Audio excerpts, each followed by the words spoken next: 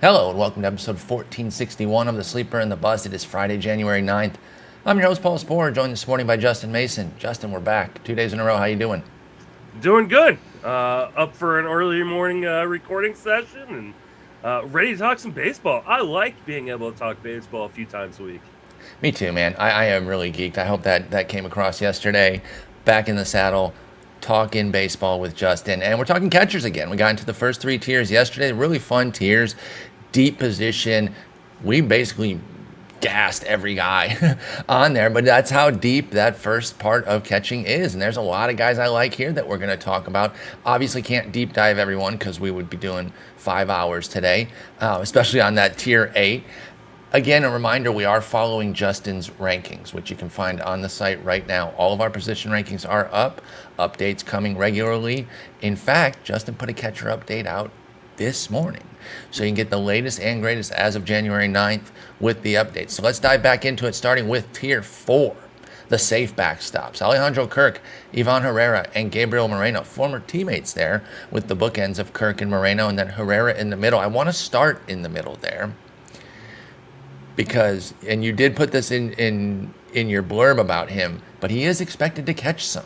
And I had actually missed that because in my chat, somebody was asking about him. I was like, he's just never going to catch this and that. And then somebody pointed me to the link that he is going to be catching. That's huge. But he doesn't have it right away. So he's one of these guys that we have to wait on. We've been there before. Ben Rice was like that, right? We didn't have Ben Rice catcher right away, right? Yeah. So that's kind of my lucid, like an easy comp for him. Not one-to-one in talent or anything, but that you're going to have to wait for it. How willing are you to do that with Iván Herrera? Because then you'd have to take 3 catchers or take zeros. Like how do you maneuver that waiting for somebody like Iván Herrera to get catcher? Well, and it's not even like a situation where he's going to get it after those first 10 games. You do not. It may take a while. And I just don't know that Herrera has the upside of like a guy like Ben Rice that I'm really willing to make that move. I just think it's such a bad proposition in most formats. Obviously, there are going to be some formats where you have really, really deep benches, like draft champions, something like that, where it makes sense. Where you're taking 4 catchers anyway. Yeah, you're going to be taking 4 catchers. You have plenty of backups. Because the worst thing that can happen is like, let's say you draft like a Patrick Bailey or something like that. Just a guy that you're going to be able to drop, once Herrera gets that eligibility. Well, what happens if somebody else gets hurt? Exactly. Like now you're getting another catcher? Yeah, that is a really, really difficult proposition, especially in deeper leagues. Now, in a shallower format league, I can make the argument, but sure. I also don't think that Herrera has the type of upside of a lot of these let's go to guys. That. Let's get into that, because that's where I think we have a little bit of a disconnect. Because I do. What didn't you see last year out of Herrera that puts him in that echelon of guys who could be worth it? 19-8 homers and steals in 452 plate appearances with a juicy slash line, 284, 373, 464. Do you have some concerns on the validity of that? He went 5-5 in 72 games in 2024 as well, again with a juicy slash line, except the power jumped from 24 to 25. Are you concerned that the 50-point ISO jump is maybe too much and he can't sustain? Where's your concerns with Herrera's production? Because that's the part for me that's locked. It's the catcher that I'm worried about waiting for. I'm not going to be waiting until May to get that catcher eligibility, but I love the talent. So dive deeper about where you're worried about Iván Herrera's talent. I'm a little bit worried in terms of the power. We're talking about a guy, and here's the thing. Like, there are going to be a lot of people who disagree with me on this. There were people who, in the comments of the original post where I talked about this, said didn't like his ranking. They did not like his ranking. They were like, he needs to be higher. I'm like, well, one, he doesn't even have catcher eligibility in a lot of formats. And then 2, it's, look at his StatCast. And for those of you watching on the YouTube, they're going to throw up the StatCast look at that page. It is very, very red. So what was your response to these folks then? It's about the launch angle. It's about being able to unlock that. It's a 40 percentile launch angle, meaning he isn't getting all the way. Now, it's a 10-degree launch angle that is not good for power, right? Oh, sorry. I was looking at the launch angle sweet spot there. Sorry about that. Yeah. But can people not push back on you? Like, that's upside, and he already did this, and so if he can unlock that power, Sure, now he's even up here further? So here's the thing, though. It is easier to hit the ball hard when you're putting it on the ground. That's true. Yandy Diaz style. Absolutely. Right? And so, like, I think a lot of times what we see with guys like this is we go, oh, all they've got to do is raise that launch angle. Yes, and then it's not that simple. And then they'll point to guys like Vladdy, who are elite talents, and they go, look, he did it. Like, one of the greatest players of the generation did it, dude. Just do that. Yeah, exactly. It's not that easy. Like, it is. Just got to do that. Like, and so while I see that it is in the range of outcomes, we're talking about a median projection, right? When we're talking about projecting that kind of stuff, we want to project in the middle, so that way, what happens if we get less?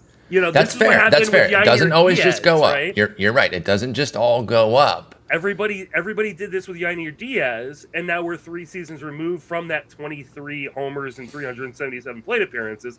Can't believe I remembered that off the top of my head from yesterday. Insane, by the way. Yeah. And like, we're like, oh, he hasn't even gotten close to that. Like, I could see a very similar path for Ivan Herrera, and so I'm not going to project. I mean, the fact that I ranked him as high as I did was actually a little bit shocking to me. Like, How dare you? When I did the projection, like, and I was like, oh, I've got him 13th. That's a catcher one in a 15-team league, or even at a low end catcher one in a 12-team league, or in a one catcher league. Let me see what these comments are saying. But I get what people are saying, and I will do a little bit deeper dive, but I just don't see, especially in that park.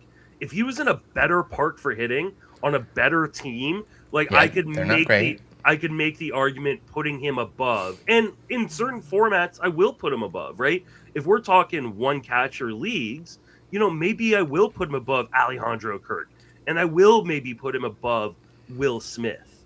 Like, but like, are we still really with the Will Smith hate? Jeez, the only way I can get you to love Herrera is to hate Will Smith. Well, but that's the thing. Like, I have a really hard time like putting a guy like Herrera, especially considering the injury issues, right? Like, how many plate appearances are we really projecting? So like, I won't. That's a fair point, because he's had health issues. Yeah, I won't put him above Will Smith. But like I can understand like going, hey, like, he's got a pretty safe floor, and if everything goes right, like, the ceiling is pretty high. Mm-hmm. I just don't. I think people are reaching for that, like, 90th percentile, as opposed to saying, okay, let's stick at the 50 to 60th percentile where he's more likely to actually get to. That is fair if people are over projecting too much. Where I think you're strongest and should maybe focus the case is on how long it might take to get the catching. I think the talent is better. I think we have a little bit of a disagreement on the talent. I think the talent is a little bit more steady. I like the Yainer Diaz call out because, like you said, we did build on that and kind of keep going 85th, 90th percentile with him for the next 2 years, and he hasn't quite matched that after the big rookie year. I think Herrera's a little bit more steady too, because I don't know that he's speedy. In fact, if you scroll down, maybe you show that he's not on his StatCast page. I would assume he's not. But we know you don't need speed to run, and he does have 13 steals in 15 attempts. I like a little chip in speed there too, and I do think that gives a little cushion. When you're talking about like dollar values, 5-6 steals can cover what? 10, 12 points of batting average? So like, even if he hit closer to 270, but also still brought, 10 steals across 500 plate appearances. I think the batting average is the reason to draft him. Right? I do agree that. I was just saying that the supplemental steals could give some cushion in the power or average not to be where they need to be to earn a good dollar value. Like, that's just a little bit of extra juice there for Herrera. I think he's probably like a 270 hitter. Like, I agree. I think he's a true talent 270, yeah. And so true talent 270s kind of live. They can live in the 280s. Yep. Especially if they're keeping the good batting. And he walks. Like, and he takes 10% walks. Yeah. And that's where he's different from Diaz as well, right? Because Diaz is a little bit more of a free swinger, Yainer Diaz, with that comparison that we're making there. So I think Herrera can be plus. The one part that's really got me, though, is the 3 catchers. Because you need to get 3 catchers. NFBC, we're a little NFBC focused here. We do acknowledge that, and that other leagues have different rules, and we try to cover that too. Did he play any catcher last year? Is he going to be eligible anywhere? He's going to be eligible in Yahoo leagues. Okay, so he's got at least Okay, 14 games. So if you also have a 10-game qualification, you can get Herrera. I want to say, in any league... Which is what Yahoo is. Yahoo is a 10-game. Yeah, okay. It's 10. Oh, I thought they were 5. No, stop making me rank 5-game eligibility. Nobody has it. There's no... You talked to David Appelman. You talked to David Appelman about that. I got to remember before the start of the season, because once the season the season started, did they change? No, were they ever 5? It's 5 in season, and you guys confuse it every time, and it kills me. You're right. Yes, I ranked like 80. Why don't you ever tell me? Why don't you ever tell me directly about it? I tell you every year. Find me proof on that. I feel like I have not been told about that. I'll go to bat for us to not have to do the 5 then for next year at least. Kills me. Stuck with it for this year, folks. Hey, we're casting a wide net. You know, we talk a lot about being NFBC centric, which we are. We acknowledge that, especially on the pod here. But when it comes to our rankings, we're casting a wide net, folks. We got everybody in there. In fact, you know, even Ivan Herrera with his 14 games. But that's not bad. There's a lot of 10-game leagues out there, you know, home leagues and whatnot. So he will qualify. And I want to say, for me, Justin's different. He's got him at 13. For me, if Herrera's already qualified, he's in that Diaz, Rutschman, Will Smith group firmly for me. And maybe even above my boy Rutsch, where he already has the catcher. I think you can make the argument that Herrera has the better floor and better ceiling than a guy like Rutschman. But the 50% outcome you think would go to Rutschman. I think Rutschman is more likely to reach his goals. And we also know that Rutschman is healthy heading in, or supposedly healthy heading in. Right. Whereas we know that Herrera is not healthy, right? And we know a healthy Rutschman is an everyday player. And I think one of the parts that gets left out of these kind of conversations is that team context matters. The Orioles offense should be, I'm not gonna say it's gonna be, because we've learned with the Braves and the Rangers that it never is what it should be. But the Orioles should be a hell of a lot better than the Cardinals. Now, in some respects, that helps Herrera, because in spite of the fact that he's dealing with this elbow issue, he may not be ready to catch. He's actually going to play every day, right? Let's get on that. I did not know that he was recovering from this. Mm-hmm. That this was still a thing, I should say. I knew he underwent the surgery, and I actually thought it was in October. It was in November, so a month later than I thought. This does cloud me a lot. Again, where Herrera does not have catcher already, as much as I like the bat, I'm not going at him for catcher. Yeah. In those leagues, though, I will say I would be open to drafting him as a DH. I think he's like, there's a world where I could get behind him as a DH, and then maybe if he gets catcher in season, especially if you get him late. Like if you get him really, really late. If you get a good price on him. In the Gladiators, you had to draft him as a DH because, you know, you're stuck with he's not going to move. Exactly. You don't get to move. And there were people still drafting him, and like, I didn't have a problem with that because he was going late enough where it made sense. Yeah. I think the problem is, I think a lot of people are drafting him with the idea that, hey, he's gonna be a catcher, and yeah, he will be at some point. He will be catcher eligible. But what if that's June? What if you have to carry that spot? That's the part for me that's June and really killer. And then you're also talking about a guy when he comes back, he's playing on the Cardinals, so like, how many runs and RBIs are you going to get then? How many, the homers, like in that park, it's a tough park to hit home runs anyways. And he's got a 10-degree launch angle. Like, I think that people are over projecting him a little bit on the idea that, hey, I'm going to get this guy who's a full-time player at catcher. Yeah. I really think the PT and the injury and the catching is where it really gets mucked up for me with Iván Herrera. He is pick 160s. He's going in the 160s, 164 over the last 7 draft champions there with a 145 to 186 range. That's not bad. You can take a risk there, but don't be too rosy. That's your strong point on him, is don't be too rosy on this outlook with the catching and the health. Where Justin and I, again, diverge is I think the bat is a decent bit better, but be comfortable with that as your util or don't take Herrera. Yeah. Okay, let's move on then to the other two guys here, Kirk and Moreno, former teammates on the Jays. Let's start with Kirk. He's an interesting guy because he's one of these, in fact, they're kind of similar in that they both bring batting average as a foundation, or at least ostensibly that's what they're supposed to do, with the power kind of being up in the air. I think let's start with Kirk because he's a bit more advanced. Remember with Moreno, and we'll talk more about him in a sec, we saw that he had like that playoff power surge, and we kind of hoped, I certainly hoped, I was wish casting that maybe that was going to be the beginning of something. It was not. You had the prospect pedigree, and then his debut is this barrage of homers in the postseason. See, he does have power. He's just clicking into it. And then I felt for it. People are like, just, hey, let's just project that out. And I'm like, oh God, that's a massive mistake. And I didn't just project out a month of 5 homers times 6, but I was like, people who were like, hey, he's gonna have 25 home runs and give you good batting average and be good behind the plate, so he's always gonna play. And none of that has worked out. I mean, he's been good behind the plate, but that doesn't mean he plays every day. Exactly. And we'll talk more about him in a second there with Gabriel Moreno. Let's talk Alejandro Kirk because he has kind of developed as people wanted. Now, he teased a little bit back in 2022 with double-digit homers, still just 14, but with a 285 average. People are like, okay, he's ready to go. And that was a bit of a false start because in the next 2 years were pretty underwhelming. 8 and 5 homers respectively with a 250 and 253 average. So then Kirk was kind of in no man's land. It's like, if you're not giving me the average, I'm already sacrificing the pop willingly. I got to get a 270 average at a minimum. So then his track record is down a little bit. Boom, he comes through last year big time, all the way back up to 15 homers with a 282 average. So now we have 4 seasons. The 2 bookends are the great ones. The 2 in the middle are a little bit lesser.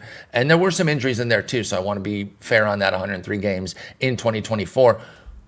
Where now? Age 27, magical season. Does he hit 50 homers this year? No. Alejandro Kirk, is there more power, or should we be comfortable with teens homers and a great average and go from there with good runs and ribbies on the Jays here? What do you think about Kirk? I think this is who he is. They're just, I mean, there is some power again in the bat. I'll share my screen once again, so that way people can see the StatCast data or the sliders. Hey, he's a pretty good stuff there. And look at the fielding run value. He's actually, I love that. He's turned into a pretty damn good catcher. He really has, and that was not necessarily expected when he was coming up. That was the real issue, right? They had Danny Jansen and Moreno. Yes. And it was like, you've got these 2 amazing defensive catchers, and you've got Kirk. Why are you how is he going to find playing time? So it's good to see that the defense is caught up to where the offense.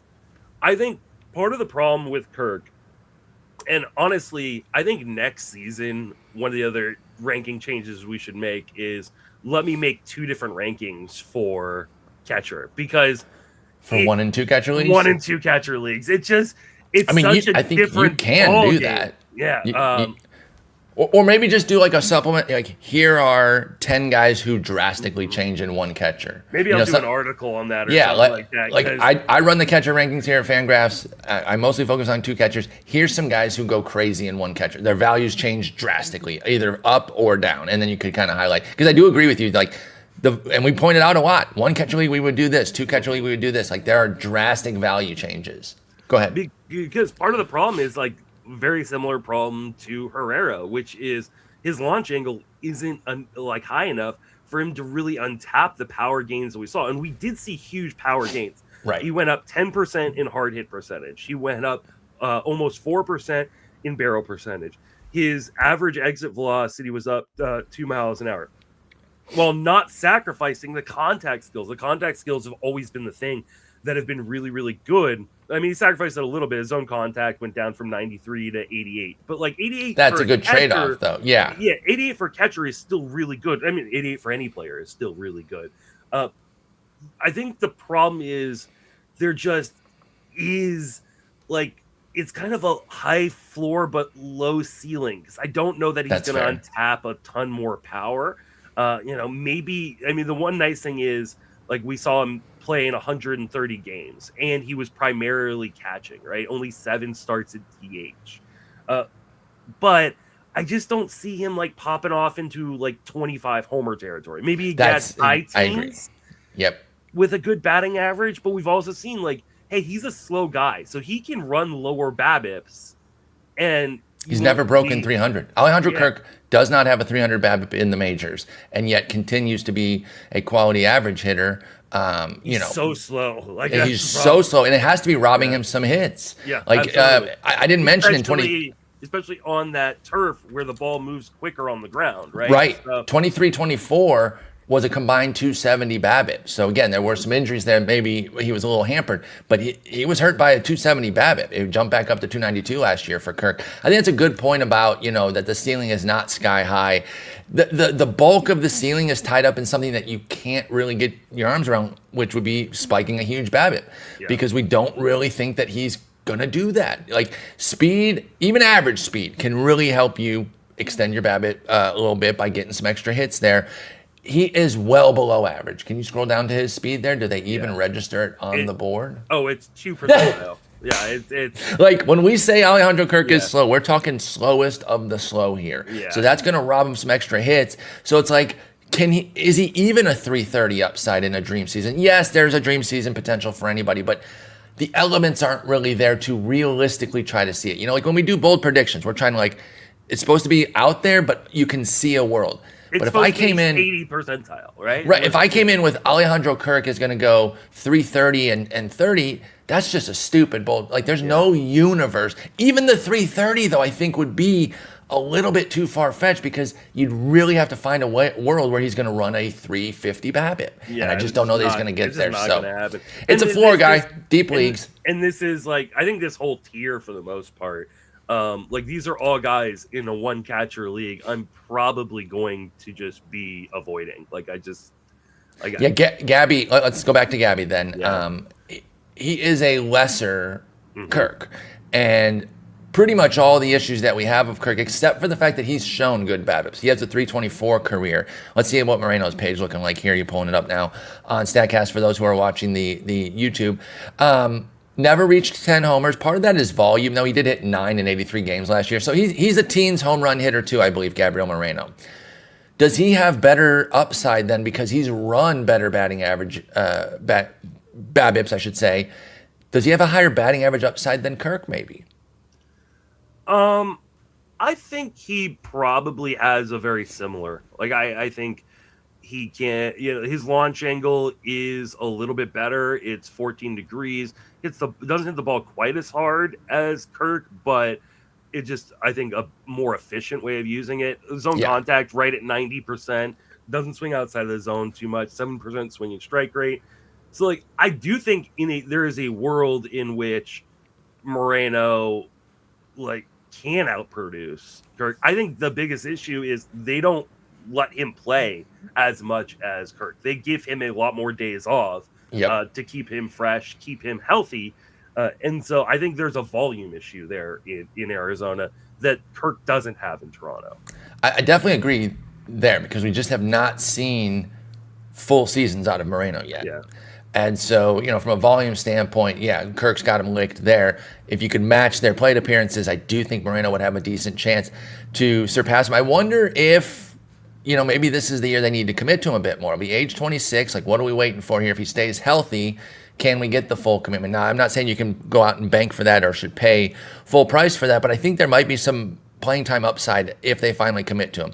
It's only James McCann behind him, a perfectly cromulent backup catcher. And part of it was injury, but there's been kind of reoccurring injuries behind the plate where he's, I think, broken different fingers multiple times over the course of the last few It hurts seasons, my hand just thinking about it. Yeah, so it's, and like we talked about yesterday, catcher is the most injury-prone position outside of pitcher.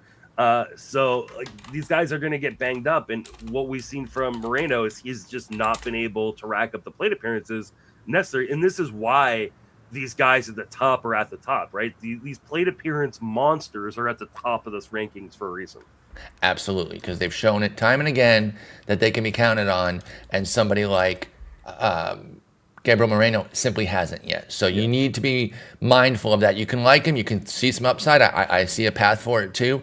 But don't get crazy with him because we simply have not seen it. So yeah, interesting tier there, but you can go a lot of different ways with Kirk, Herrera, and Moreno. Let's jump down a bit. I like the title of this grouping. Why is this position like this? Why are you like this? Yeah. Samuel Basallo, Francisco Alvarez, Austin Wells, and Ryan Jeffers. So 4 compelling power prospects. Well, they're not all prospects anymore. I guess, Jeffers and Wells have graduated. Alvarez is kind of straddling the line. He's not like a rookie eligible prospect, but because of some injuries, we maybe haven't quite seen the full volume yet to where he's still lurking around prospect-ish status. Again, not eligible for lists, but he still only has 1,000 plate appearances across 4 years. So I get what you mean there. Basallo, we haven't seen much yet. Anything. He didn't debut at the end of last year, did he? Basallo did. He did. Okay. I remember to hold that. Yeah. He actually had 118 plate appearances. Jeez, Paul, pay attention. So hit some bombs. We've seen all of them in the majors then. Let's just take this one in order, because Basallo is somebody that I know is getting some draft love. Like, he has his draft proponents. What does that look like with Adley? Let's just start with the playing time before we get into the talent. Oh, I mean, that's the big question mark, right? I don't think the talent... You have to answer it for us because you're the catcher ranker. Yeah. I don't know what they're going to do. You have to know. I think they're going to give Basallo a shot, right? Like, I think he is going to be the DH on days where he's not catching, and then he will catch 2 days a week or something like that, while giving Adley time off. And obviously, Adley's dealt with injuries the last 2 years. Basallo could move behind plate. Basallo's not a good catcher, and he will not stay a catcher for super long. And so I think there were a lot of people like, well, why don't you trade Adley? It's like, well, because Adley's actually good behind the plate. And that means something for real life baseball, especially for a competitive team that's trying to be back in the mix. Yeah. Whereas Basallo, I think long term he is just going to be a hitter. Totally agree. So that being said, like, there is a massive amount of upside in the bat if he can make enough contact.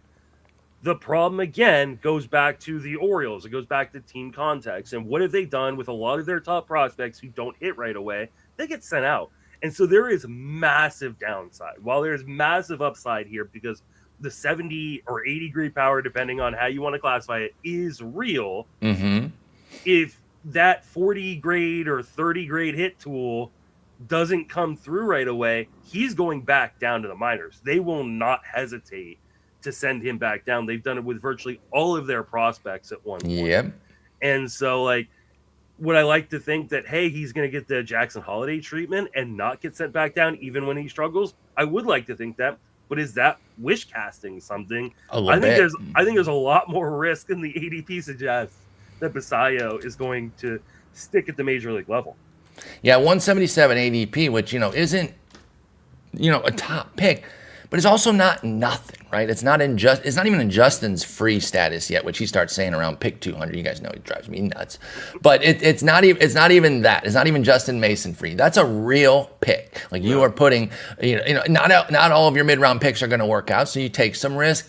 This is a big one that I'm just not getting behind right now. And maybe I'm going to miss the boat. Like in a 12-team one catcher league, I'm taking Basallo every single day because because you clock in somebody else if he flops. Yeah, exactly. Easy. You can clock in the Morenos or the Kirks or whatever, because those guys will be widely available on the wire, and you don't have to invest a high pick, right? And in the case of, like, if you did have to cut Basallo for one of them, they could come fix the batting average damage that he's likely to do if you're cutting him. So, I like that in one catcher. Somebody like Basallo, I would take a gamble on. Shoot for the moon, like you said.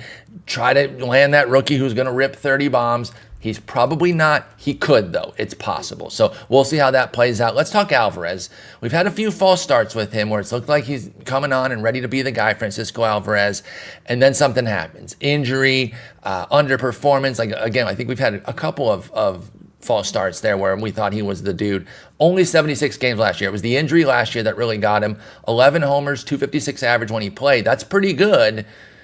If healthy, do we like a 24-year-old Francisco Alvarez? That's what I was saying about how he's still like prospect-ish. He's 24, only has 1,056 plate appearances in the majors, which isn't nothing, but it's like once you kind of cross that 1,000 threshold, that's when we're starting to see a real sample, and now we have some expectations. I think this could finally be the big breakout. Is he a little post-hype breakout potential with Francisco Alvarez, or am I tripping? I mean, I think this is definitely a post-hype type of guy, right? Like, it all comes down to health, and we move back to the handy dandy screen for our StatCast data, and like you look at red where we want to be. We're red where we want to be. He's not going to make a lot of contact. No. The batting average is not going to be good. This is a guy in a two-catcher league you pair with Alejandro Kirk, you pair with a Gabriel Moreno, because they'll give you that batting average floor while he will just hit bombs left and right. The question is, can Alvarez stay healthy? I don't know. I don't know if that's we do not know the answer. Like that. We hope. He has not shown the health skill at any point in his career, at least in the majors.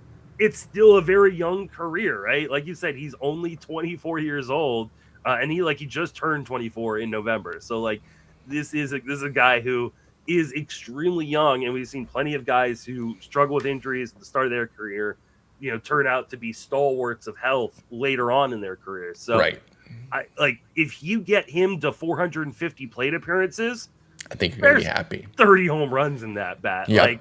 And in the weird scenario where he gets to 550, watch out. I'm not going to project that at all. I'm not even going to come close to projecting that, but I do see the massive upside. Now for me, it depends on how deep your league is. In a 15 teamer, even a 2 catcher, you need those plate appearances. Those plate appearances matter. And I think a lot of people go, well, I'm just going to shoot for the upside. I'm going to throw the health out the window. But I think those are the type of leagues where you want the guys like Kirk. You want the guys like Moreno. You don't want the guys like But why not pair 2 though? You can in the deeper league. I like if he misses 70 games, right. There's no one on the wire. Catcher is deep until you get to catcher 32. That becomes the massive problem. And so because those guys who are catcher 32, catcher 33, they give you negative value. Right? And we do like to hit on that. Then I'll go back to the Baseball HQ forecaster, which I always cite every year. They clocked on this years ago when I was reading one of the front page articles. Read the front of the book, guys. That is where the real meat. I know we all love the capsules, but the real meat is those articles. That's where you learn stuff. And the stunning lack of ability to deliver any value for back tier catchers was just in plain sight right there. Maybe I inherently understood that, but to see it in the numbers was so pivotal for me with how I approach catchers. The first time I read that in the forecaster a millennia ago when Jason Collette, when we first met off the internet, when he's like, oh, I'm having a business trip to Texas. Do you want to meet up? I'm like, yes, I'm going to get killed by my internet friend. Because this was a million years ago, guys. Meeting up with people off the internet was not quite 100% yet, but of course, Jason Collette's the man. And he gave me his forecaster, and I was like, this changed my life. This guy's amazing. But yeah, so we've beat that drum of you don't want the worst of the worst catchers. Obviously, if you have to go to the waiver wire, that's one thing. But what we really are saying is don't wait till the very end to draft your catchers. But if you take somebody like Alvarez, you take somebody like Basallo, you're going to be playing in the waiver wire. And if you're in a 15-team league, it can get really dicey, as we're going to cover the deeper we get. But I think with Alvarez, yes, you are kind of banking on health, which you cannot project, excuse me. But if he can rip 25 homers from catcher, God, there is some upside there. So I am torn. I want to go for somebody like him. I think it will be with a second, it'll be with an established catcher. Anywhere I get Alvarez will be with a stud out front. Because I want that protection, as perceived, as much protection as you can get. I want that perceived protection of a stud getting my 500 plate appearances, and then hopefully another 350 to 400 from Alvarez. Yeah, I agree.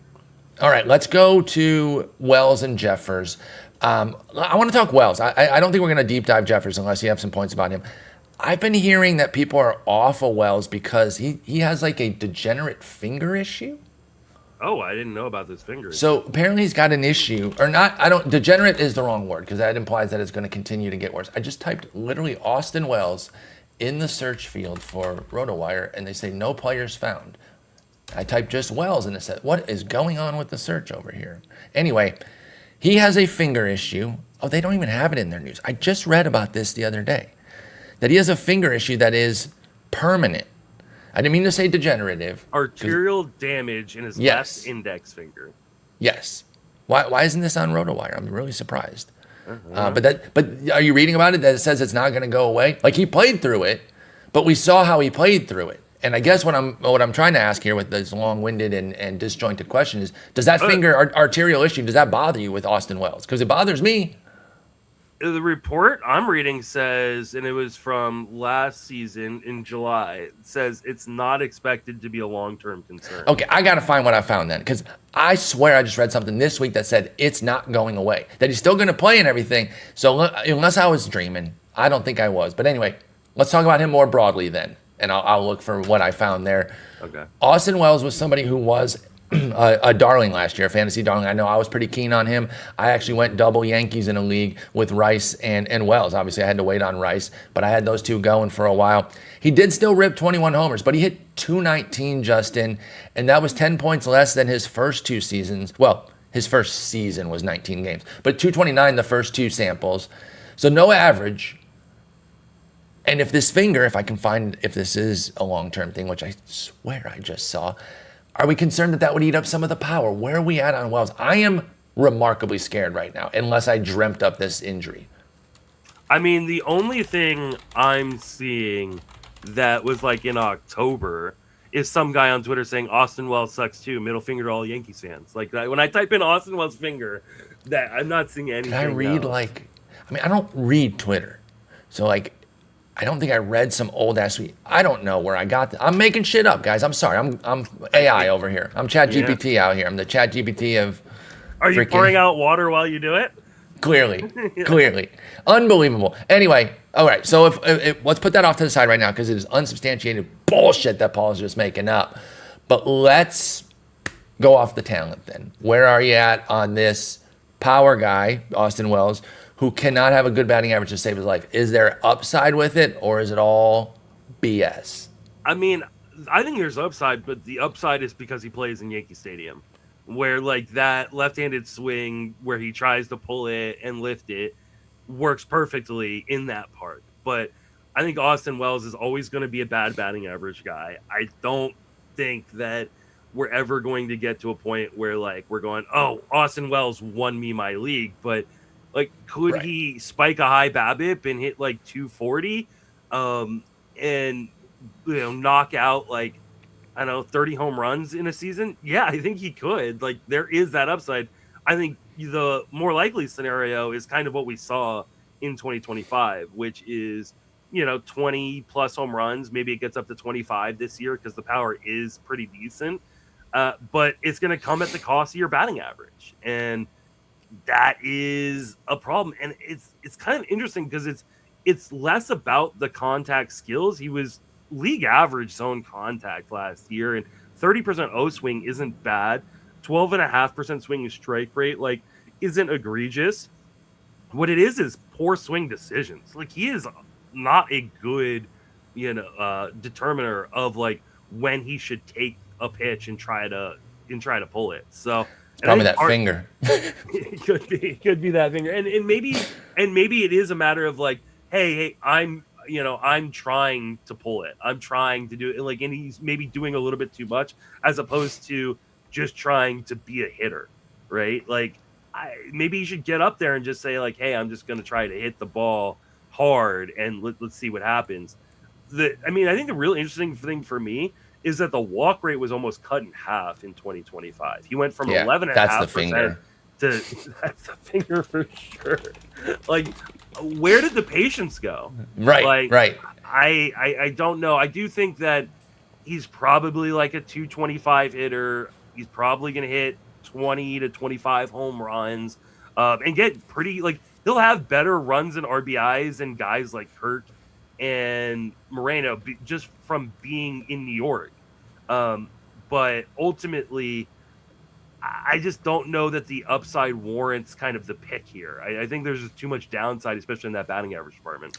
I tend to agree. And again, I liked Wells last year. Guys, I really don't know if I just read old shit. I am tripping so hard on this Wells thing. I swear I saw this 2 days ago. I'm like, oh, this is this finger issue is going to last forever or something, but he's still going to play.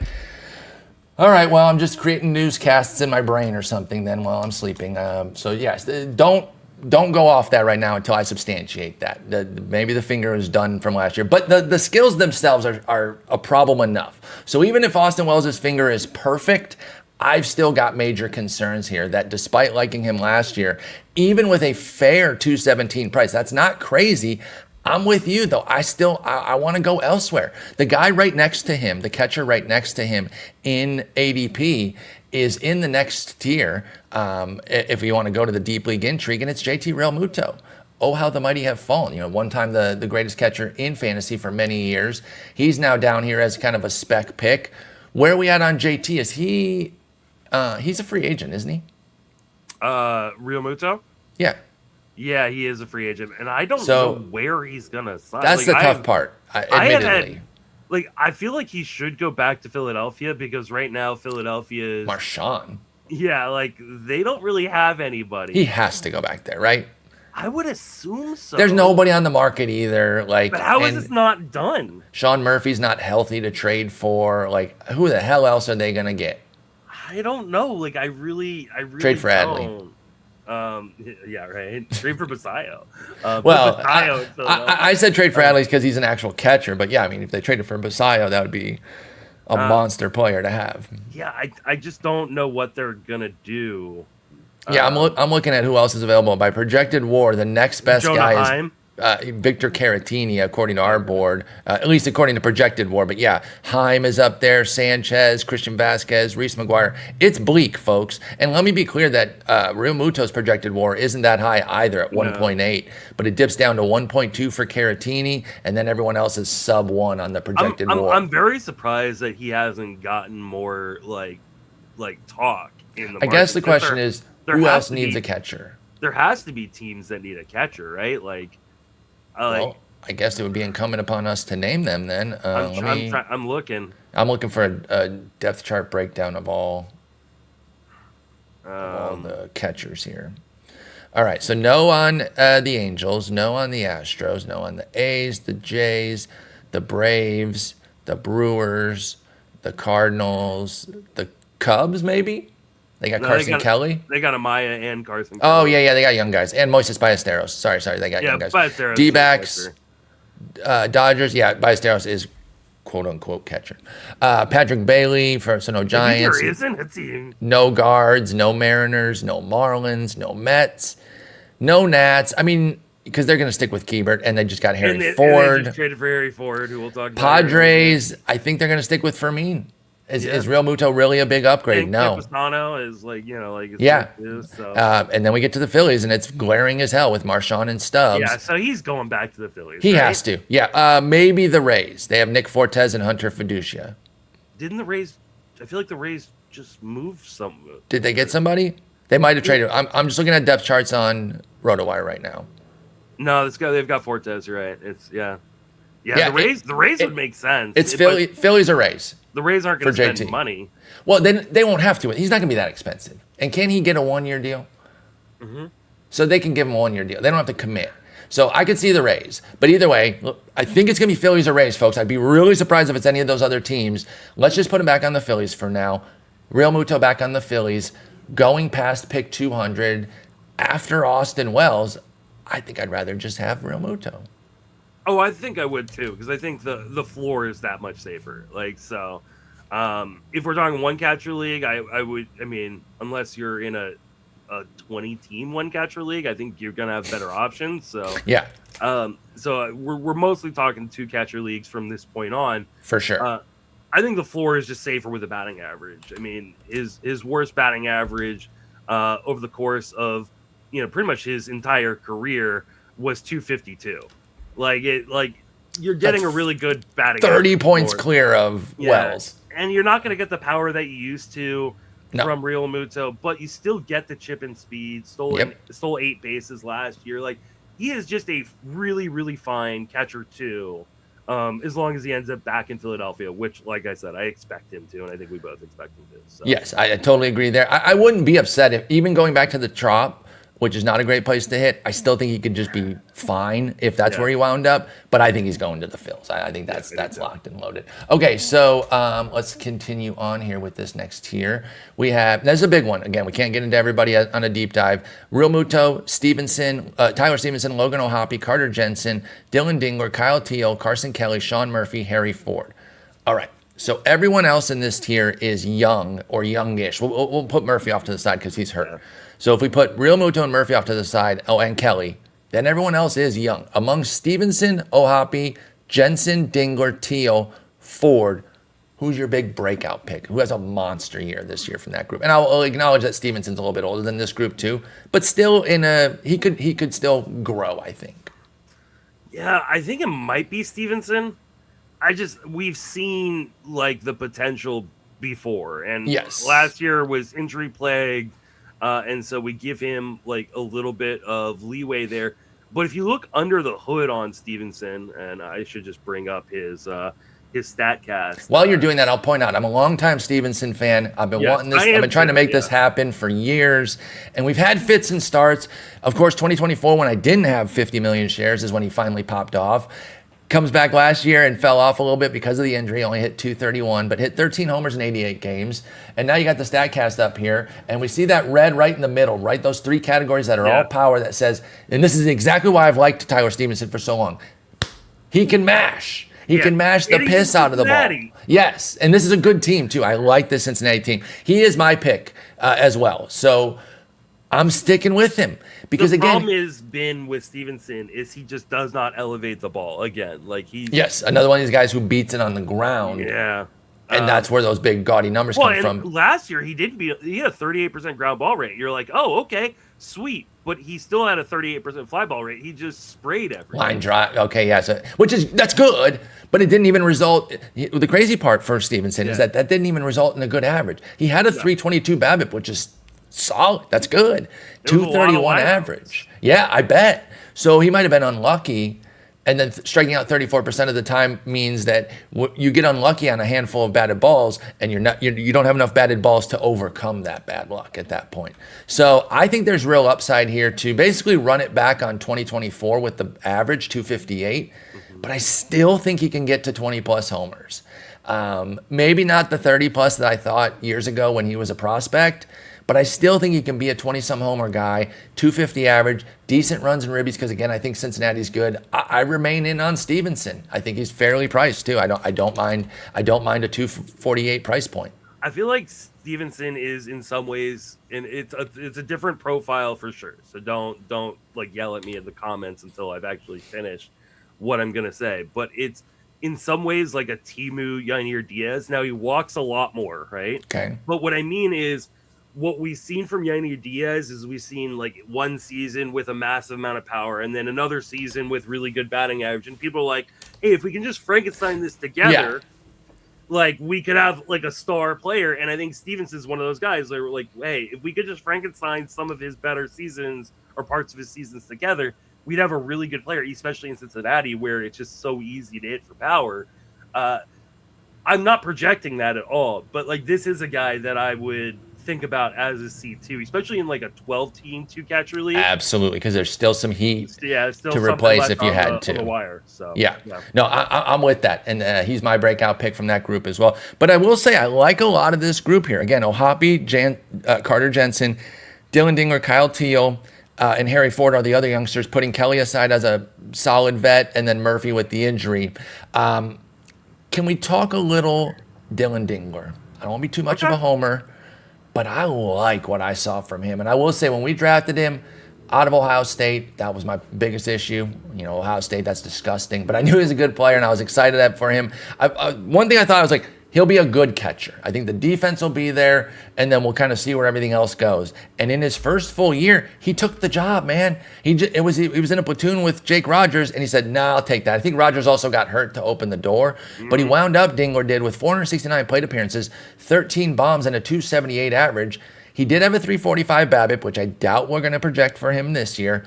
Where does he go for an encore here? Do you think that average is a total fraud? Is there more power? Is it just rinse and repeat? Where do you go with Dillon Dingler in year 2? No, I actually think that average could get higher. You look at the XBA on the sliders here. It's 293 XBA. Holy smokes! Like he's actually just a really, really good hitter. What I think the problem is with Dingler is there's just not a lot of power in the bat, and so I think that this is I don't want to even call him like a diet or a Timu version of like a Kirk or Moreno. I actually think he is those guys, and maybe I need to bump him up. I think he's I think he's a lesser known version. Sure, that's fair of those guys. So I think that's why he's a little bit lower. And yeah, I do think that I think I might need to bump him up into the higher tier and kind of just make a tier out of those guys because, yeah, especially in a 2-catcher format, like he's the perfect second catcher, dude. Totally. Right? Like I think that's a goal. Plus, Detroit is good, right? Like he's gonna have offense around him. They let him play. He's really, really good defensively, which is important. Like you look at the catching, beautiful. It's all 85 percentile or better outside of pop time, which, at this point, because everybody runs, who really cares? So like and he can improve that, that can be improved upon.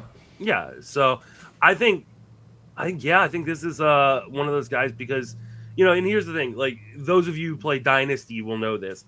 Catchers take a lot of time to develop, and so often they don't get to the majors until they're 27, 28 years old. And this is what happened with Dingler, where he's getting to the majors at 27.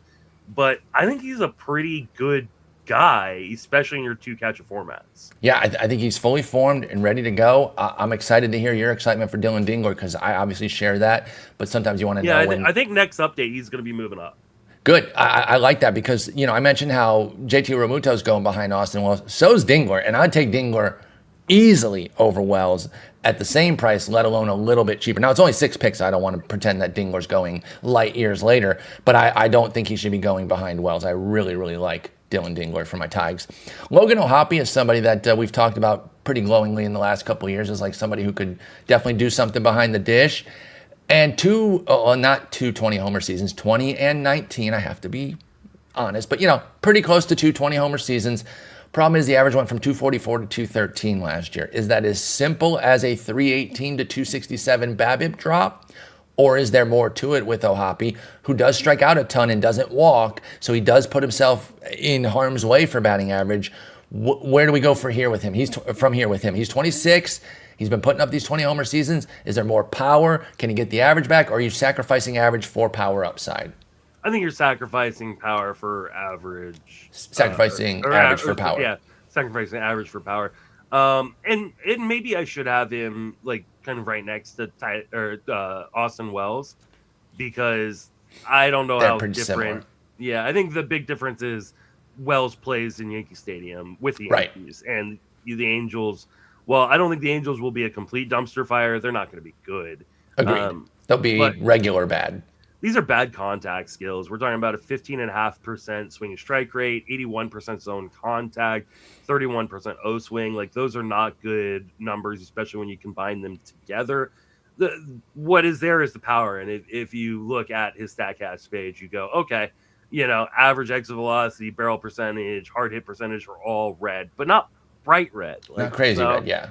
I think he is a interesting gamble, and like if I am in like a deeper 1-catcher league, maybe he's a guy I'll take that gamble on because the upside is good in the power department. But yeah, he's not a guy I really love, and we haven't even mentioned like the injury history being really, really bad on O'Hoppe as well. So I tend to stick away from these guys, especially in those deeper 15s where he's more likely to be drafted anyways because of the depth of the position, because you don't want to have to replace him off the wire. Like, no, because and again, he could really bludgeon your batting average here. Again, 213 last year. We did speak well of O'Hoppe for a few years. I think these 2 seasons here have kind of shown who he is. It is that all or nothing power, which isn't valueless, but I'd rather take different versions of it, even if they're a little bit more costly. For example, Francisco Alvarez. And there is a price discrepancy there, 240 to 178. But I think that price discrepancy is worth it, right? If I'm going to draft this profile, you mentioned Austin Wells. I would just take Austin Wells for all the things I've said about him that are giving me a little bit of concern. Even at the 216 to 241 price difference, I'd still take him over O'Hoppe. So I'm with you there that my star has faded on him a little bit. Somebody I liked coming up, I'm not so keen on him anymore.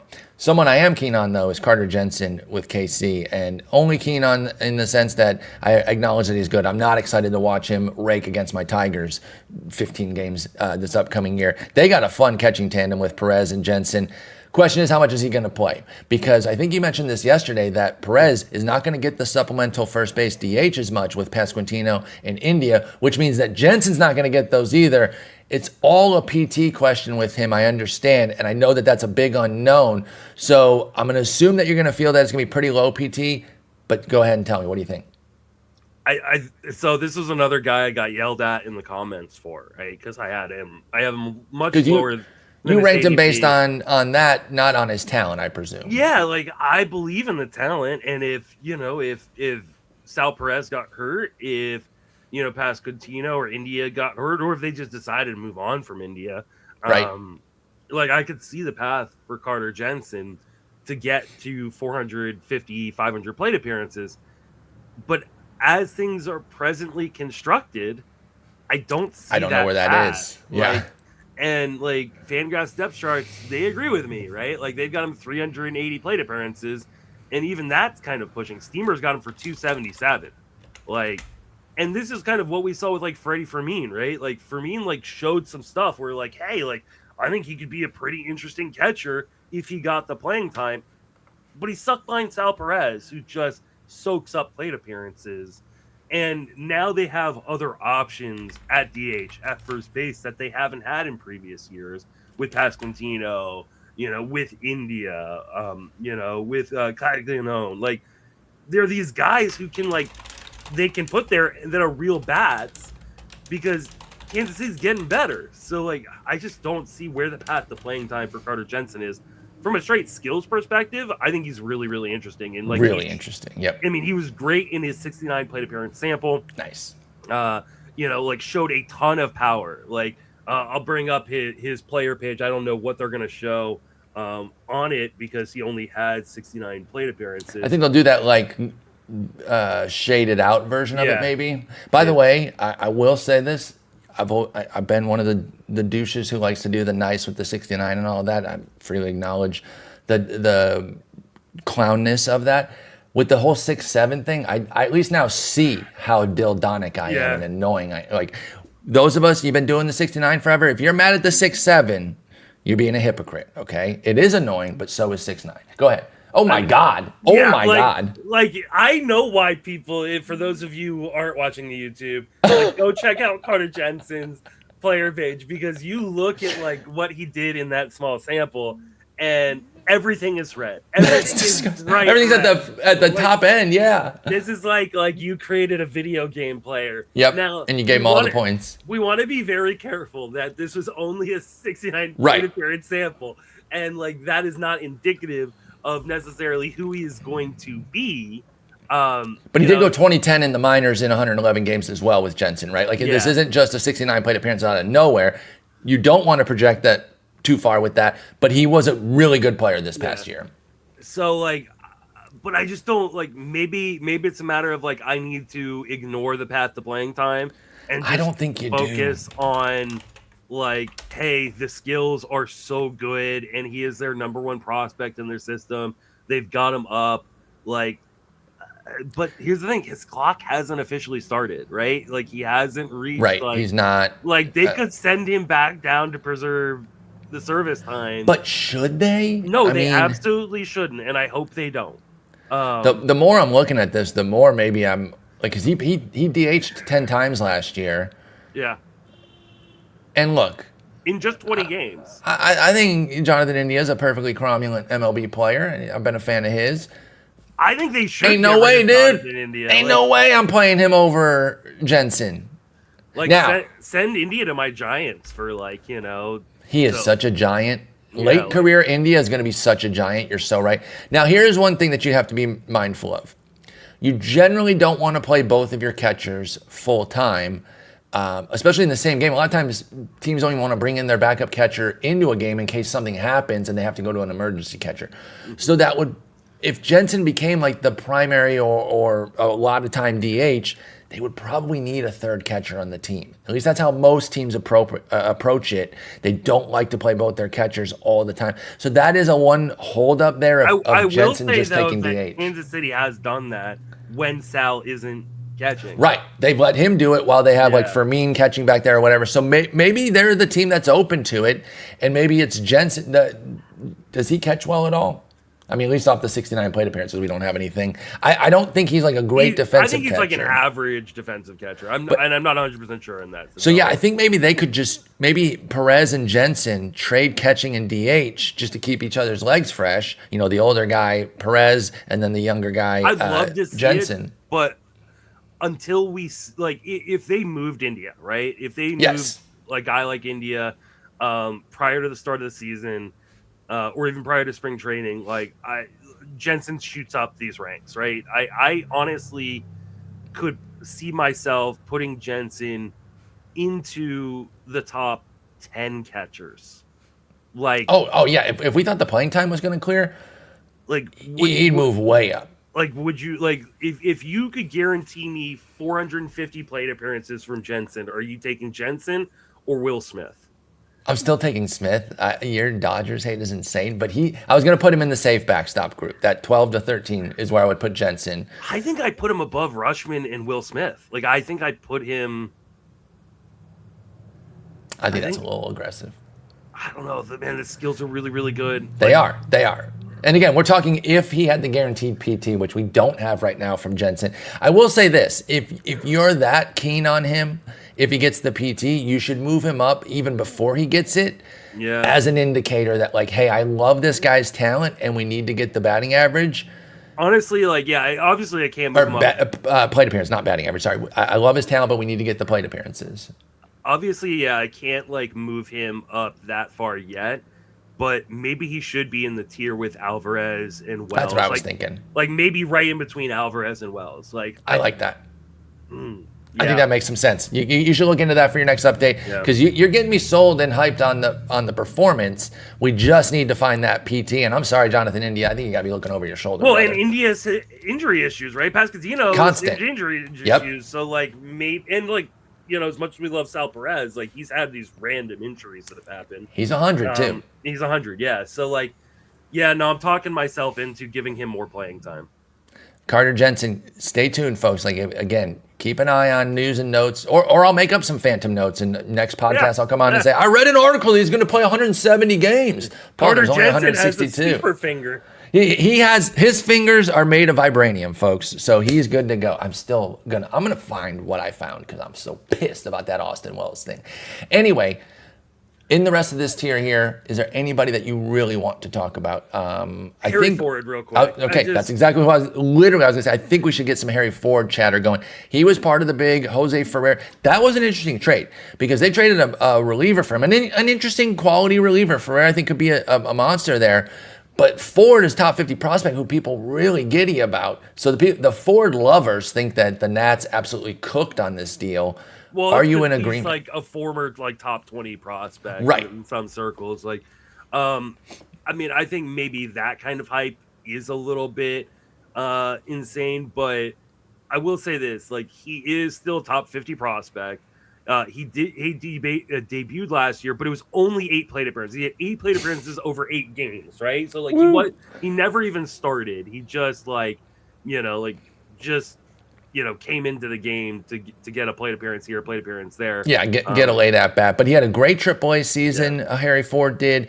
Excellent plate skills. He takes amazing walks, doesn't strike out too much, has a little bit of punch, can run. Now, he's shown gaudy numbers coming up in the low minors. He did only go 7 for 11 in AAA, so I don't think you should get too hung up on the 23, 24, and 35 steal totals from 22 to 24 with Harry Ford. But we know the Nats are open to running. Now, they didn't run wild last year like they did in 24.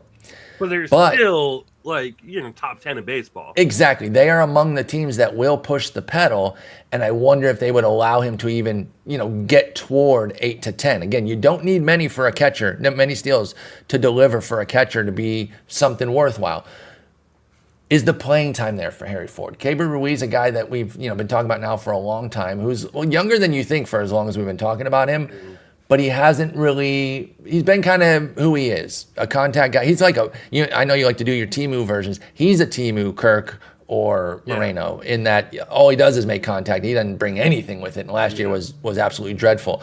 Does that dreadful 68 game injury laden season for Keibert Ruiz open the door for Ford, or do they play Ford around? Because one of the appeals of him coming up was, yes, he's a catcher, but he could be a super utility type too. He can literally play anywhere. Now, they haven't really flexed that. He is back catching consistently and looks like he can be a catcher. But where's the PT for Ford is my broad question here. I think ultimately this is kind of an open competition coming into camp. I think that's totally fair. And while most times, like, you would say, like, hey, they've got two competent catchers already on the roster in Riley Adams and Keibert Ruiz, and, you know, Ford is young. Do they want to start his service time? This is a team of just young players. Right. They are a baby team. They're the opposite of your Giants. And maybe they want to just say, hey, like, why don't we give Ford a shot? Because, you know, neither Ruiz nor Riley Adams are, like, very good defenders anyways. Mm-hmm. So why not give the rookie kind of a shot? You know, we traded him. People are excited about this trade for us. I think there's a chance he breaks camp with a team. And if he does, I really like the potential that Harry Ford has in terms of, like, his upside. Like, there's power. There is, you know, of the ability to steal bases on a team like that is clearly okay with letting guys run. Now, I want to, like, caution people. Like, I don't think the upside is massive. Like, I don't think we're going to be looking at Harry Ford as, like, a top 5 catcher in 2027. But I think there's enough of everything where he becomes really interesting if he gets full-time playing time, and he could be kind of that low-end C1 or high-end C2 that, you know, people are getting for really, really cheap right now. Yeah, I agree. I like taking the shot on Harry Ford. You talk about doing DCs, draft champions leagues. That's where you draft all 50 players for your whole season there. And you're usually going to get 3 to 4 catchers, folks. I like him as like a 4th catcher. My last guy there, I got some established catching already. Take a shot on Ford, see what happens with it. I took a gamble on him in a Gladiator league where he was I don't hate that. Where he's my second catcher, and it's like at the point where I think I got him in like the last round or the second to last round. Like, at that point, like, all the other guys are potentially negative value players, and I'll take the 0 there, you know, on the offshoot that he doesn't make the opening. Because you're going to get zeros in Gladiators, right? I also think he's probably going to be up early rather than later, right? Like, I think if he doesn't break camp with the team, I think that he is up at the first sign of injury or as soon as kind of the deadline passes for that extra year of service time. Yeah, I totally agree there. And what the hell else was I going to say there? I totally forgot. Oh no, does he have a finger thing? No, he doesn't have a finger thing. I don't make up some phantom thing about Harry Ford. What the hell was I going to say? I forget. With Gladiator, where you took him, you're going to get zeros in those. Gladiator is different than DCs. For those that don't know, you draft all 23 players, and that's all you get. And it's a battle of attrition. Now, he might not start the year, and I don't know that this would be a strategy. I don't think you would want to, like, draft for guys who are going to be up later. But he might miss some time up front, but Harry Ford should be there down the stretch. Like, if things go the way we expect. So, you know, the production is the production when you get it, but you could be clocking the good numbers from him in the summer anyway. And I don't mind giving us some zeros out front, because again, you're going to get zeros in your Gladiator team. I don't think even the best Gladiator teams make it through the entire year without zeros. So take a few out front, maybe if Ford doesn't break camp like Justin says. He's there in May, and then you're getting 5 months of production. Interesting young player. Keep tabs on Harry Ford, folks. If the playing time avenue opens up, his ADP will surge. I think, and I don't mean surge to crazy levels, but I think he could get in the 250s if they came out and said he's going to break camp. But he's in the 400s right now, so he's a bargain. Yeah. All right, Kelly, Murphy, again, older guys. Murphy injured. Kelly, if he's the guy in Chicago, he's fine. We've seen him get streaks. One more guy in this tier, Kyle Teel. By the way, I did laugh when I heard early offseason rumors. I haven't seen anything on it in weeks, and this is real. But I heard that the Red Sox were interested in trading for him, and I thought that was kind of funny. A year later, that they're like, "Hey, can we get him back? Yeah. We like what he did there." And I guess the reason that the White Sox would even possibly be open to it is they've got tons of talent. They got gobs of talent everywhere. Well, remember they traded for Teel and Edgar Quero in like the same year. Exactly. So like, and Korey Lee's still there, and I'm not saying that he's better than them or anything, but like they have catching depth, and they just picked up Drew Romo off of waivers. He's a defense only guy anyway. But the bottom line is, I don't think Teel is going to get traded. I just thought it was funny that the Red Sox were like, well, we would take him. We know how good he is. But he came up. He got to play some last year. That White Sox team did get better as the season went along. They were still bad, right? And I never suggested that they wouldn't be, but they became, you saw the pieces start coming together. Now they have Murakami in the mix. Teal's looking to bat second. Can he be a sneaky fantasy stud? Because he's pretty cheap in the draft. I think Teel is kind of a Timu version of Moreno. Before you finish, let me check that. He's not that cheap. I'm sorry. He's 186. That's way more expensive than I thought. I'm sorry. Yeah, like I'm just lying today. I think 2026 is the year Paul lies and just says shit. Teel is a really good example of the disconnect sometimes between the prospect side of things and the fantasy side of things, right? That's fair. I think Teel is a much better real life player than he is a fantasy guy. I think he's going to be really good behind the plate. He knows how to call a game. He's good defensively. But like there isn't very much power. The hit tool is okay, but it's not. Is it just okay? great. See, that's what I was going to push back. I thought it was better. Maybe not. I mean, like, he did run a 361 BABIP to get this batting average. I mean, we had him as a 40 grade hit. His zone contact last year was below that 80% threshold. It also was in AAA. Now he can be patient, right? Like, see, I got a little bit of a disconnect here because, like you said, he can be patient. And look at the BABIPs he's run throughout his entire pro career. They are substantial, folks. His lowest at any stop is 333. Now he's got some gigantic ones and tiny stops back in A ball. I'm not talking about those. But since he got into the high minors, which is AA and AAA, 371 BABIP in 2024 in AA, 333 in AAA. That was 2024. Last year, 380 in AAA, 361 in the majors. He takes his walks. He strikes out a lot, but that's not a lot. He strikes out about 25% of the time. That's because he's taking walks, getting deeper counts. I think Teal's hit tool is a bit. I feel like 260 is possible. Yeah, like as a projection, not possible. I think 260 is like. We should go with that as a foundation for his batting average with the upside for more. Yeah, I think like 250, 260 is probably what he's going to hit, year to year. And BABIP will determine, whether that rises or lowers. I think the problem with a guy like Teel is there's not much else that's going to come with it. It'll be some chip and speed. Double digit bombs? Yeah, maybe. Yeah, I like I said, like this is a, kind of a Timu-ish version of Moreno Kirk, right? Like he's fine. Like in a two catcher league, like he's a fine second catcher. But I think people see the top 50 prospect tag and they go, and then he was traded in that big deal for Korey Lee, right? Right. And they elevate him. They'll go, well, you wouldn't trade a guy like that, If he wasn't a stud. And I do agree with that, especially on the prospect piece where we see catching prospects or other defensive-centric position prospects rated. Dansby Swanson was one of my first big ones on this, right? Obviously a number one overall, rated very highly. He's had a great career. Like, he has. Like, for those that know the lore of the show, Justin used to be a big Dansby hater. But then it became a Dansby lover. Because the price came around to where he was actually of value. But when he was coming up, his prospect value, a lot of it was tied to the fact that he's an everyday shortstop guaranteed. Like the one thing you can guarantee is that he's going to pick it for 160 games a year. You're going to get a decade of him as a very good shortstop who isn't a zero with a bat. Right.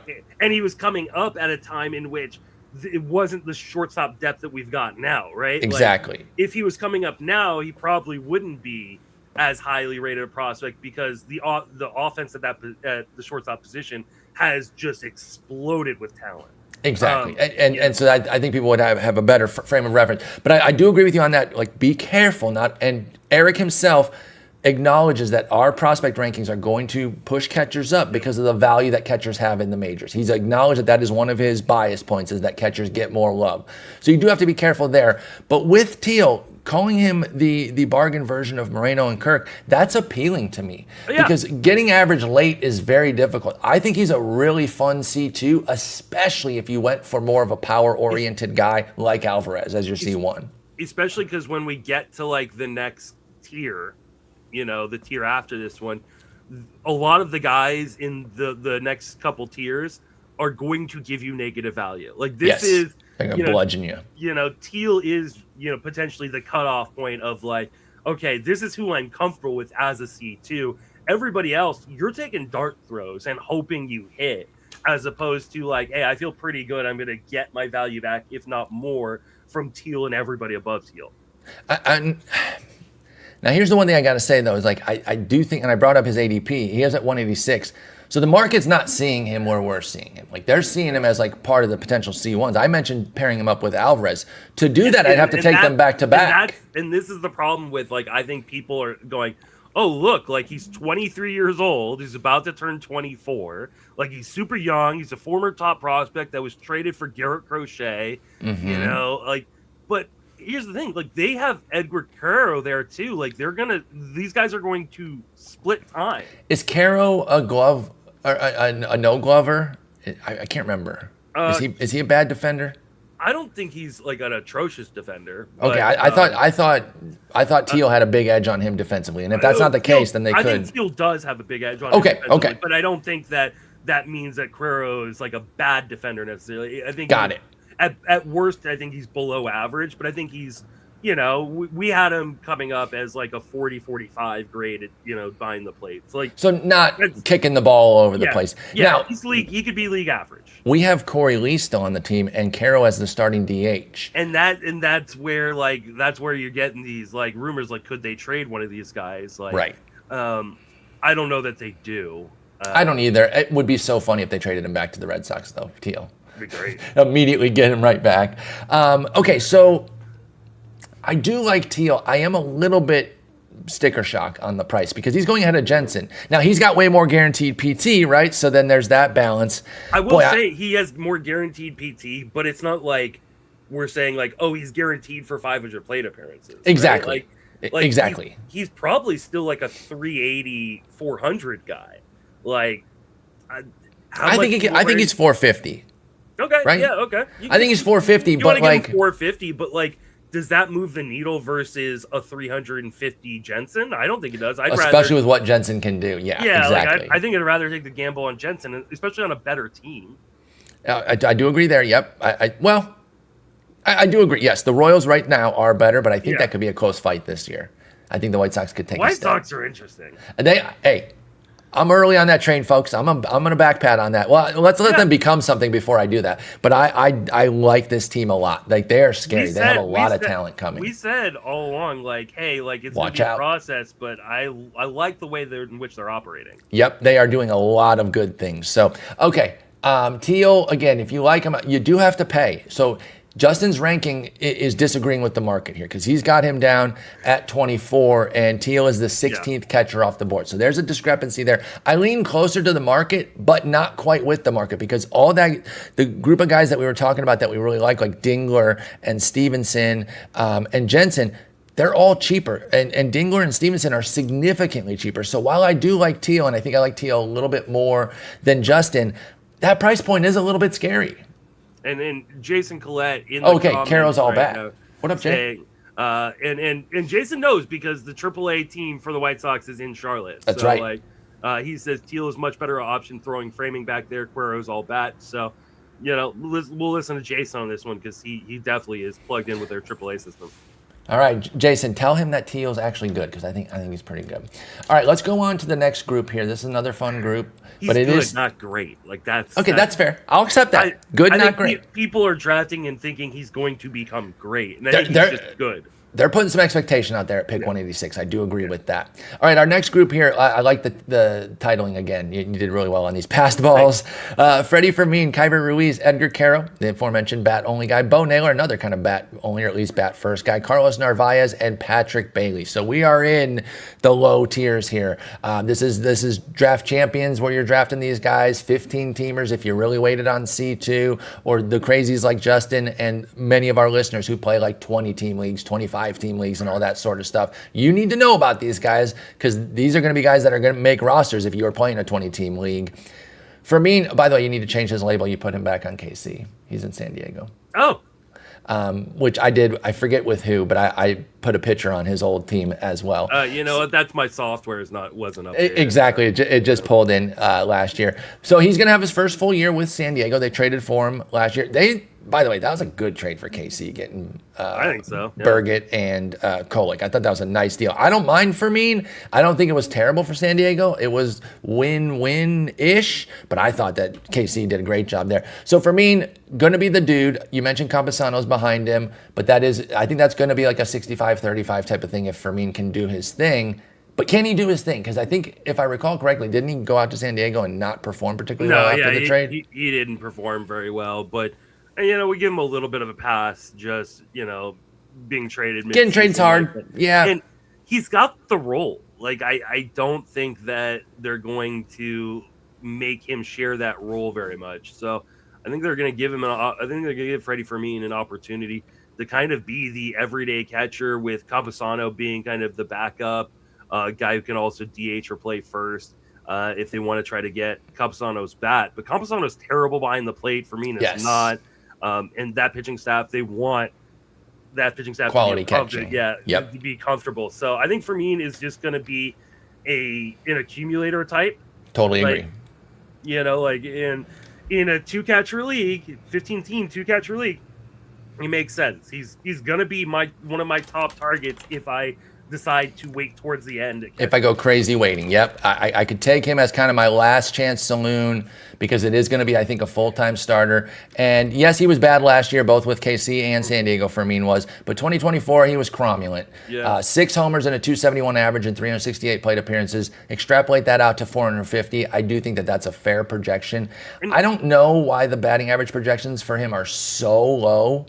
They're all under 250, and he's a 264 career hitter. The XBA. His career is 247. He was 234 last year. That's it then. You're right. But he is a very good in-zone contact hitter. His worst in-zone contact rate was 86% last year.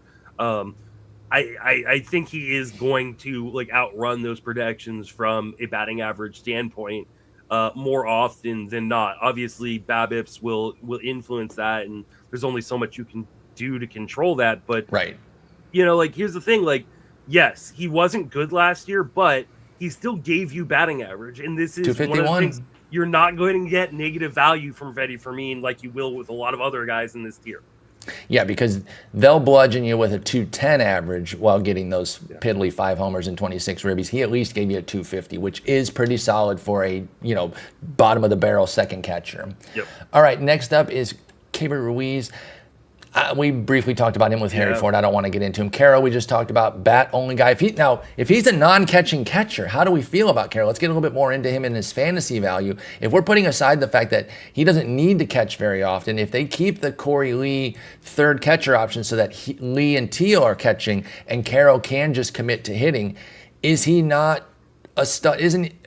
I don't want to go all the way to Herrera. Don't say stud, not a stud. But is he not a really fun C2 who can amass some decent numbers without the scariness of catching? So I think on paper he could be interesting. I think the problem becomes, what are the White Sox actually going to do, as opposed to what are the White Sox doing on paper right now? Because we look at roster resource and we go, oh, okay, Quero is kind of projected to get full-time playing time as the DH and then probably catching, occasionally, right?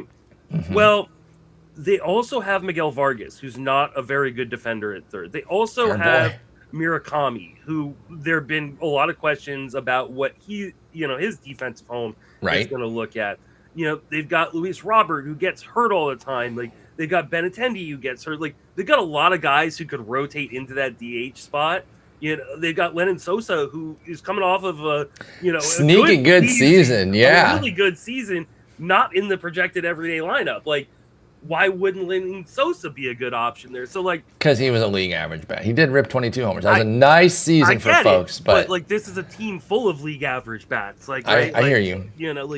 It's a very interesting team. It's kind of a fun team because they're young, and it's gonna it's very flawed in very many ways, but it's also going to be really interesting, and they may rotate a lot of different guys. And so I don't know how we get Edgar Quero to 450 plate appearances. That's the hard part for me.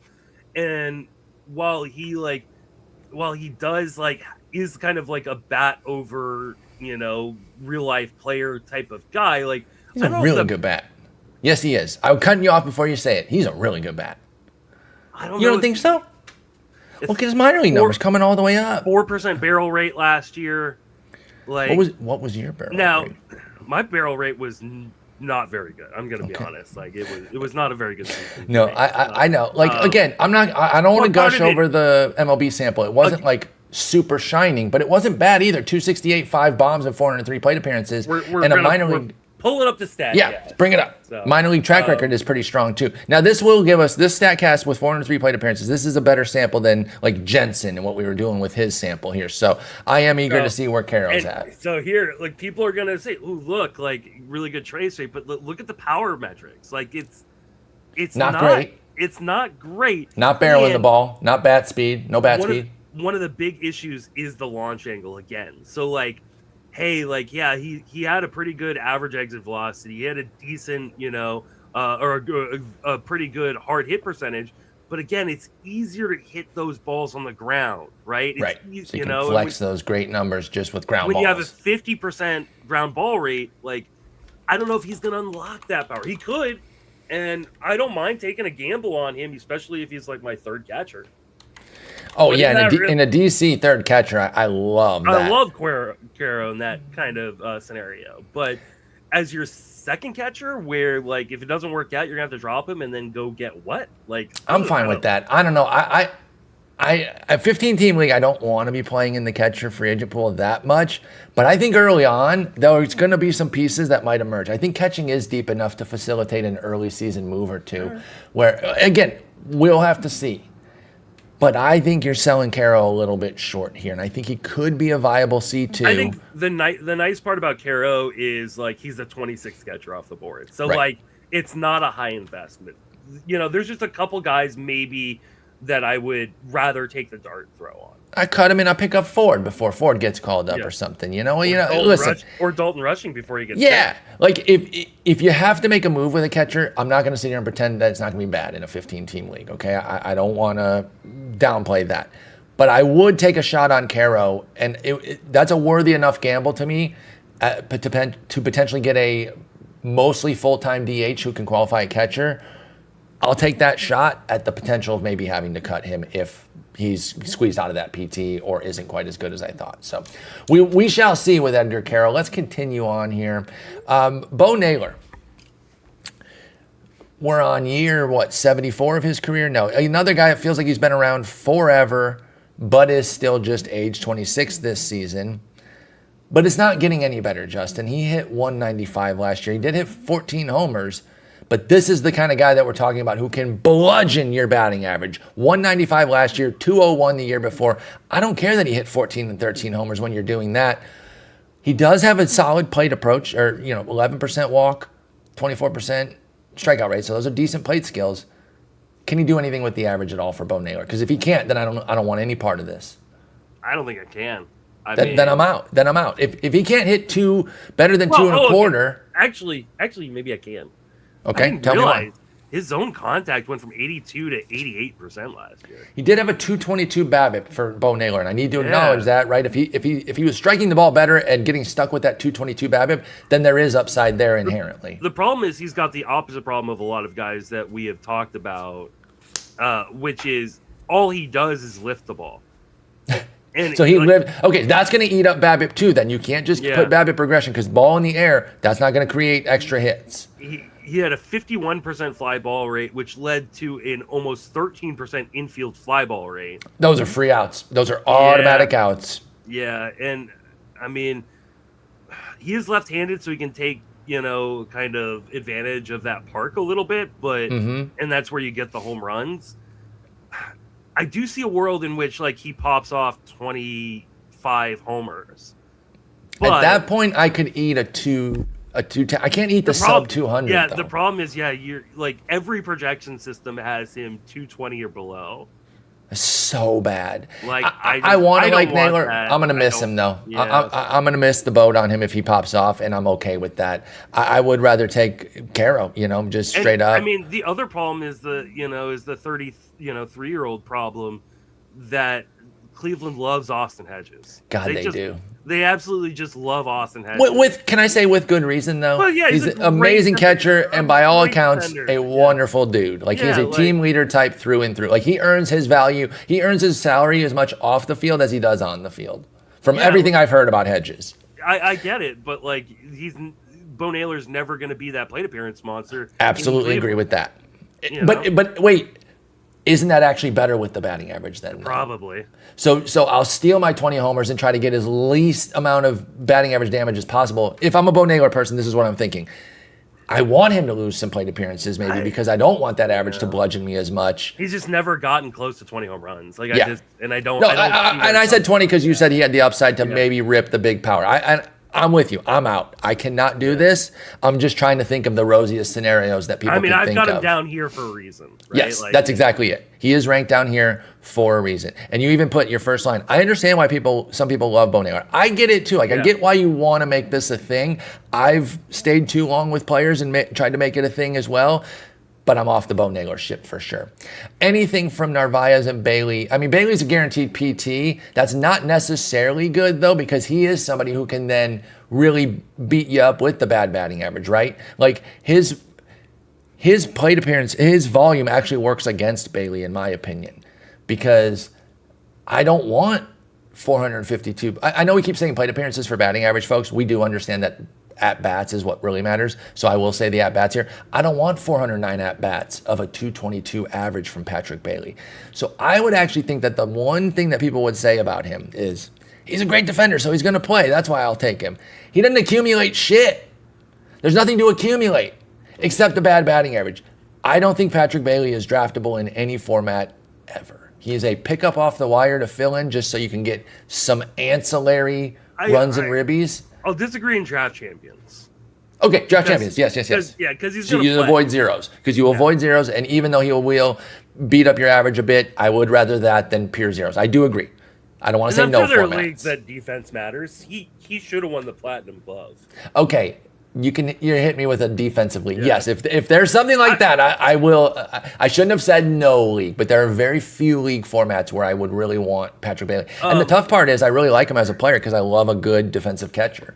I saw a stat, and I think I might butcher it. Was it on the same site as my Austin Wells injury news? No, it was. It's a real stat? Okay. It was, well, and who knows if it's a real stat. I just saw the stat. So I have not confirmed that this is caveats. A real stat or someone maybe made this up. But in the 3 years where Yadier Molina won the Platinum Glove as a catcher, his total outs above average for those 3 years were less than Patrick Bailey's outs above average last year. I believe that. He's so good. Like I totally agree with you on the Platinum Glove piece when you mentioned that in passing. And I understand why Pete Crow Armstrong got it. Like I understand, like he was just phenomenal, brilliant as well. Yeah, but Bailey's on another level. Yeah, and especially when you consider him versus the rest of the guys at the position. Yep. Like he's just so much better. And so, but yeah, from a fantasy perspective, draft champions, deep NL only, where like and you're those gonna are the two get formats, stats, but or like, defense, or a defensive league. Yeah, or a defensive league. But like, yeah, this is one of those guys that gives you negative value. Yep, that's exactly it. Okay, let's continue on here. Let me find my sheet. I got 82 gorillion tabs open. All right, last tier here. And we'll just pick a couple names each. It's Victor Caratini, Nick Fortes, Jonah Heim, Miguel Amaya, Dalton Rushing, Joey Bart, Danny Jansen, Pedro Pages, Liam Hicks, Connor Wong, Joe Mack, Mitch Garver, Kyle Higashioka, Henry Davis, Jeferson Quero, who is Edgar's brother, and Korey Lee. So a group of guys here, just to know some names. Give me two you like. Like I said, Dalton Rushing. Right now he is blocked. He is at every avenue. Yeah, like he's got Will Smith in front of him. He's got Ohtani. He's got Freddie Fermin at first. The corner outfields are blocked up. Yeah, I think they tried to play him in corner outfield, didn't work. There have been reports that they are putting him or shopping him around. Yep. And like he is like again one of the few guys that you could ever say like he needs a trade from the Dodgers so bad. If he were to play. I moved him up in my ranks today. He was one of the reasons why I released my ranks today because I moved him up on the idea that he could be traded and he would be moved up further depending on where he landed. So I am willing to take that gamble, especially in a fab league, right? Because in a fab league, I can take the gamble, and if by opening day he is not on a different roster, I can drop and move on to somebody else. Yep, I'm totally with that. Like, again, you take the spec on Rushing. If you're a winter drafter, you can take some specs on him here, see what happens, and if not, move on. Now, DCs, you're gonna have to eat it, so be careful. But if you're doing anything that has waivers, like Justin said, then you can move on. But you're gonna hit a windfall if he gets traded and you picked him at pick 450.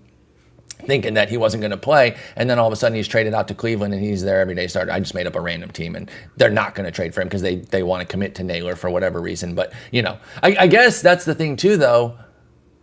We figured out that, like, who needs a catcher? Does Tampa Bay trade for Rushing? That would be amazing, dude. It'd be really, really cool. I don't know what the trade would be, but remember, what they would do. We only found two teams that needed catcher, Philly and Tampa. Yeah.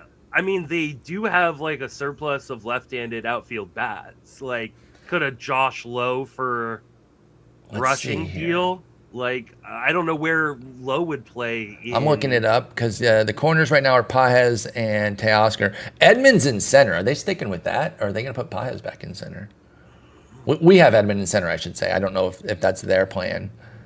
I mean, but the bottom line, I wouldn't mind seeing them move Edmond to the infield. Well, and to your point, Teoscar and Pages are righties, and Edmond is a switchy. So a left-handed bat, Jason, if you're still here, is Josh Lowe enough for Rushing? Is it too much? I don't think he's still here. Is that interesting? He can answer when he listens to this later then. I don't know. I do agree with you that he needs a trade out. Rushing does. I am open in a winter fab draft to taking the gamble. Yeah, just take the gamble, and like if it doesn't work out, you drop him, especially because you're going to get him super late. Like, and he's going to be a reserve pick. Like, you're going to have your two catchers. You probably don't even need to get a catcher to replace him. No, like, he's the 30th catcher off the board, so you take him in one of the last rounds as your C2, and then like, hey, you drop him for Freddy Fermin, you drop him for Danny Jansen. If Harry Ford makes the roster, you could actually do this with Harry Ford as well, right? You draft Harry Ford. That's exactly right. You drop him off. You go pick up Joey Bart. Like, Joey Bart's going to play. So like, and then you just kind of rotate catchers until you find the guy that you are actually going to stick with. That's exactly right. And Bart could be that guy. He showed some flashes before injury hit him last year. Mm-hmm. Like, there could be Danny Jansen. You mentioned it perfectly in your write-up. Never lived up to the hype. We've been on the Dan Jan train. Yeah. If he's going to play 100 games this year. No, he's not. He never has. One time, 2019. But when he does play, he does rip for power. Now, he is one of these batting average bludgeoners that you have to be careful of, Dan Jan. But he is one of my two picks here that I could give some consideration to. In the same vibes that you're talking about, where I took a gamble on something and I'm putting Danny Jansen on the team in case my Dalton Rushing or my Harry Ford doesn't come through. Yeah. I guess the other guy we can talk about is Joey Bart. He's not a very good catcher behind the plate, but the Pirates don't seem to care. Well, they have Henry Davis, and they have two guys who can't catching. Yeah, exactly. So, like, he has made improvements in terms of, like, the batting average. The problem with him is he really struggles with breaking pitches. You look at, I brought up on the screen, like, his batting average against breaking pitches last year was 138. Like, he is a, dead red hitter. Like, he can hit a fastball, and he's made improvements against off-speed stuff, but he just struggles with breaking stuff. You just spam curves and sliders on him, and he's got 37% whiff rate versus breaking pitches. So like, I don't know that he's ever going to turn into the prospect or the player that we thought he was when he was like a top tier prospect with the Giants, but he can be useful in super deep leagues as a super low end C2 or C3.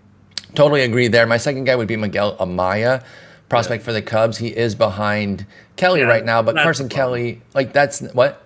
That's the problem. That is the hurdle right now.